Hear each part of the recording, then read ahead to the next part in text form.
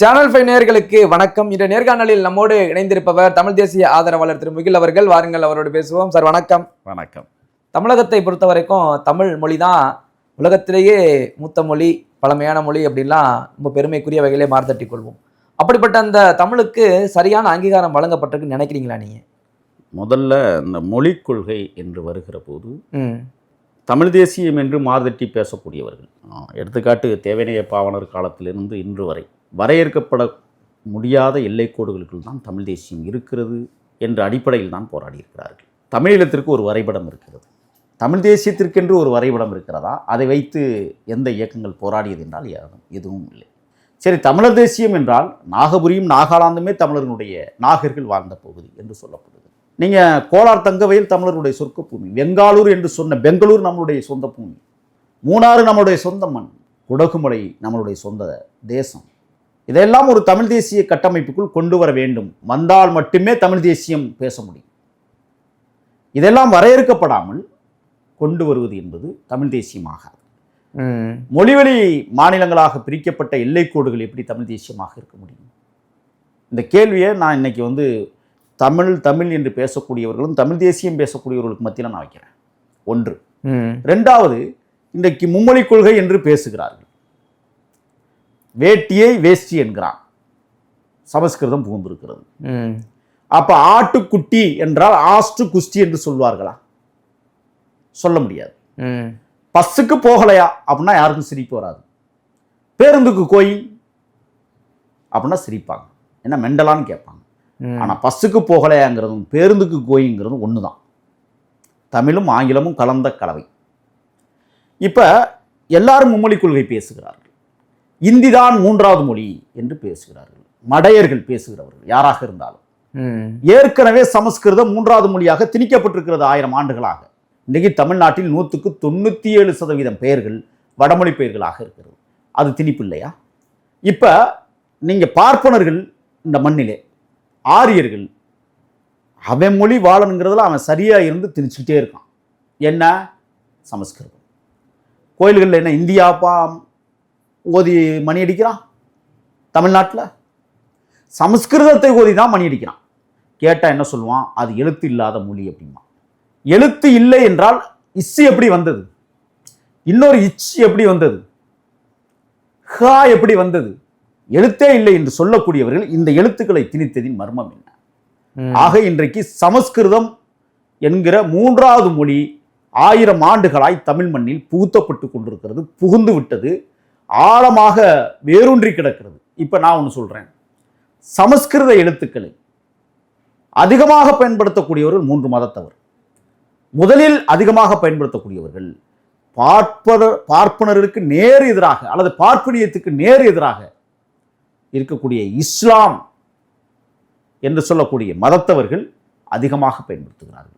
எங்கோ பிறந்த உருது வாழ வேண்டும் என்பதற்காக எம் தமிழ் மொழியை அழித்தொழித்து அங்கே சமஸ்கிருதத்தை திரித்து பேசி, இது என்ன விதத்தை குறிக்கிறது? பார்ப்பனர்களுக்கு நேர் எதிர், பார்ப்பனியத்துக்கு நேர் எதிர் என்று சொல்லக்கூடிய இஸ்லாத்துக்கள் அவருடைய மொழியை இன்றைக்கு பேசுவதின் மர்மம் என்ன? அடுத்து நீங்க கிறித்துவத்தை பாருங்கள். தமிழை தேவாலயங்களில் பேசுவார்கள்.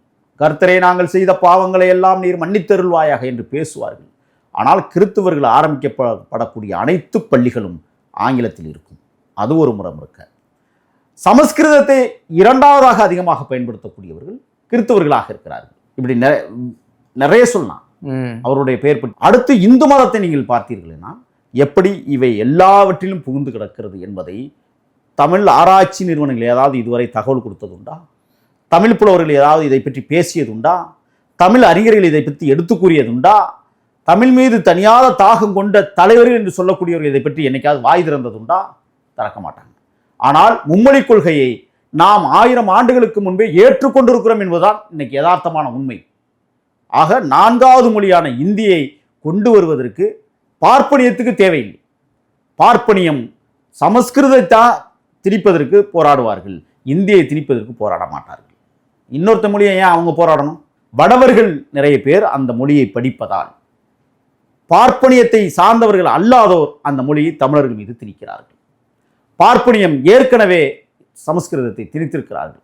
இன்னைக்கு ஒரு சாதாரண ஃப்ரீ கேஜி என்று சொல்லக்கூடிய பால்வாடி வகுப்புகளிலேயே சமஸ்கிருத சொற்களை பயன்படுத்துகிறார்கள். பூஜ்ஜியம் என்று சொல்லுகிறார்கள். சொல்லியத்திற்கு குழந்தைக்கு சொல்லிக் கொடுக்குறாங்க. இப்பவே அது பூஜ்ஜியம் என்று சொல்லுகிறார்கள்.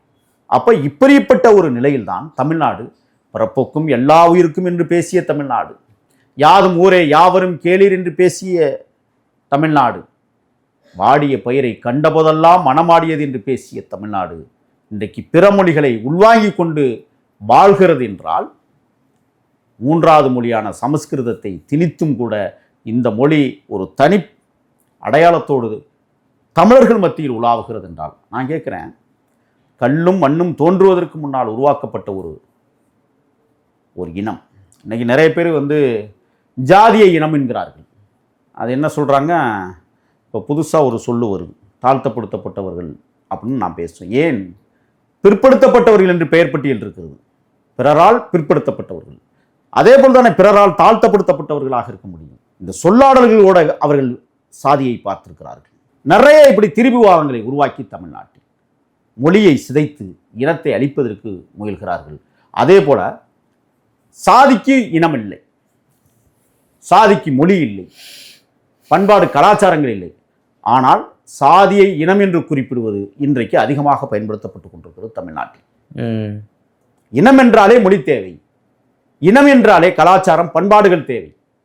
இதையெல்லாம் மூடி மறைத்து விட்டு தமிழர் இனத்தை இன்றைக்கு அழித்தொழிப்பதற்காக ஒரு மாபெரும் மகத்தான தலைவர் இந்த மண்ணிலே தோன்றினான். தமிழ் தேசிய களத்தை கட்டமைத்து முப்படைகளையும் உருவாக்கி ஒரு இராணுவ கட்டுப்பாட்டோடு மக்களையும் அவன் உருவாக்கி அழகு பார்த்த ஒரு தேசம் இன்றைக்கு சிதைக்கப்பட்டிருக்கிறது என்றால், பார்ப்பனியம் உள்ளே புகுந்து சிதைத்திருக்கிறது.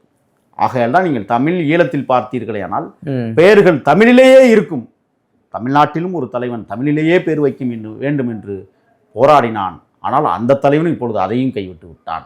ஆக தமிழர்களை இன்றைக்கு தூக்கி நிறுத்துகிற பாங்கு நமக்கென்று ஒரு தலைமை இல்லை, நமக்கென்று ஒரு தலைவன் இல்லை. ஆனால் மொழி இருக்கிறது, பண்பாடு இருக்கிறது, கலாச்சாரம் இருக்கிறது, நாகரிகம் இருக்கிறது, ஒரு வரைகோட்டிற்கு உள்ளே இருக்கிற எல்லை கோடுகளும் இருக்கிறது. ஆனால் நாம் தான் மறந்தோம். உமரிக்கண்டம் என்று சொல்லக்கூடிய குமரிக்கண்டம், உமரியா கண்டத்திற்கு முன்னாடி லெமுரியா கண்டம் என்று சொல்லுகிற, இன்னும் சொல்ல போனால் முதலாக தோன்றிய உயிரினமான அமீபா கூட அந்த உமரியா கண்டத்தில் தான் தோன்றியது என்று வல்லுநர்கள் சொல்லுகிற இந்த காலகட்டத்திலும் தமிழர்கள் இன்றைக்கும் அடிமைகளாக, மடையர்களாக, மடமைகளாக, சாதிகளாக பிரிந்து பிரிந்து பிரிந்து வெவ்வேறு இனக்குழுக்களாக மாறி தமிழை திருத்தி பேசியவர்கள் ஒரு மொழியாகவும், தமிழை திணித்து பேசியவர்கள் ஒரு மொழியாகவும் இன்றைக்கு விரிவாக்கம் செய்து வெவ்வேறு இனத்தவர் என்று பேசுகிற கொடுமைக்கு தமிழ் தேசியம் இன்றைக்கு மழுங்கடிக்கப்பட்டிருக்கிறது என்றால், வந்தேரிகள் ஒரு பக்கம் நம் தமிழை அழித்து கொண்டிருக்கிறார்கள், வந்தேரி மொழியான சமஸ்கிருதம் ஒரு பக்கம் நமக்குள்ளே திணிந்து கொண்டிருக்கிறது. இதோடு மட்டுமல்ல, வருகிற மொழியான இந்தியும் நம்மை தாக்குவதற்கு முயல்கிறது. எல்லா வகையிலும் தமிழ் மொழி ஒரு பெரிய தாக்கத்தை அடைந்து கொண்டே இருந்தாலும் அது ஒரு தனியொரு வீழ்ச்சியாக, அதற்கு காரணம் ஓய்ந்திடல் இல்லை என் உள்ளமும் உணர்வும் உயிர்ச்செறிவும், தேய்ந்திடல் இல்லை என் விரலும் தாளும் திரிந்தலைந்து, சாய்ந்திடல் இல்லை என் உடலும் எனவே சலிப்பினலாய், மாய்ந்திடல் வரையும் உழைப்பேன் உரைப்பேன் தமிழருக்கே என்று சொல்லுகிற ஒரு மாபெரும் பக்குவத்தை இந்த தமிழ் மண்ணில் விதைத்திருக்கிற மாபெரும் அறிஞர் புள்ளிகள் நிறைய பேர் இன்னும் இறந்தும் வாழ்ந்து கொண்டிருக்கிறார்கள்.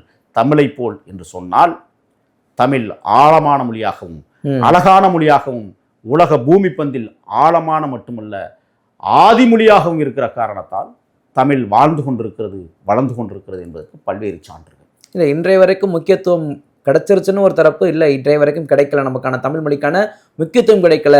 சில 100-200 ஆண்டுகளுக்கு பிறகு வந்த மொழிகளுக்கே முக்கியத்துவம் இருக்கும் இந்த காலத்தில். நீங்கள் சொல்கிற மாதிரி கல் தோன்றா மண் தோன்றா காலத்திற்கு முன்பு தோன்றிய அந்த மொழிக்கு சரியான ஒரு அங்கீகாரம் இல்லைன்னு வைக்கிறாங்களே. காரணம், இங்கே இருக்கக்கூடிய அந்த நபர்கள் தமிழின் அதனுடைய அடிப்படை தெரியாத ஒரு காரணத்தினால தானே. அதாவதுங்க, எள்ளிலே பிறந்து எள்ளிலே வளர்ந்த இளவாணியம் அவனை, எல்லை விட சின்ன இலை எண்ணெய் இலை சொல்லுன்னு சொல்லி தமிழர் பழமொழி இருக்கு. ஒவ்வொரு பொருளுக்கும் ஒரு சொல்லாடலை கண்டுபிடித்திருக்கிறார்கள். வெடத்தரால் இலைய எல்லை விட சின்ன இலை அப்படிங்கிற சொல்றத அழகா கவிநடையில் இந்த தேசத்திற்கு ஒப்புவித்த தமிழன். நீங்கள் இப்போ சொன்னீங்கல்ல, இல்லை இன்னும் ஒரு முழு வளர்ச்சி அடையல, அது காரணம் சமஸ்கிருதம் தான். அது உள்ளே உட்கார்ந்துச்சு. இது உட்கார்ந்ததுனால தான் தமிழ் மொழியுடைய நீட்சி என்ன அப்படிங்கிற தெரியாமையே நிறைய பேருக்கு போயிடுச்சு. ஒன்றே ஒன்று சொல்கிறேங்க, எலுமிச்சை பழம் தமிழ் வார்த்தை இல்லை, அதற்கு பேர் நரந்தம்பழம். மாதுளை பழம் என்று சொல்லுகிறார்கள். அது தமிழ் பெயர் அல்ல, சமஸ்கிருத பெயர். பல்லளனி பழம் என்று தமிழில் இருக்கிறது. பல் போன்று அடுக்கடுக்காக அணி அணியாக இருக்கக்கூடிய பழம் பல்லளனி பழம். நரந்தம்பழம், நார்த்தம்பழம், நரந்தம்பழம் என்கிற வரிசையில் நா என்று தொடங்குகிறது. எதற்காக என்றால் நாகர்கள் பயன்படுத்திய பழங்கள்.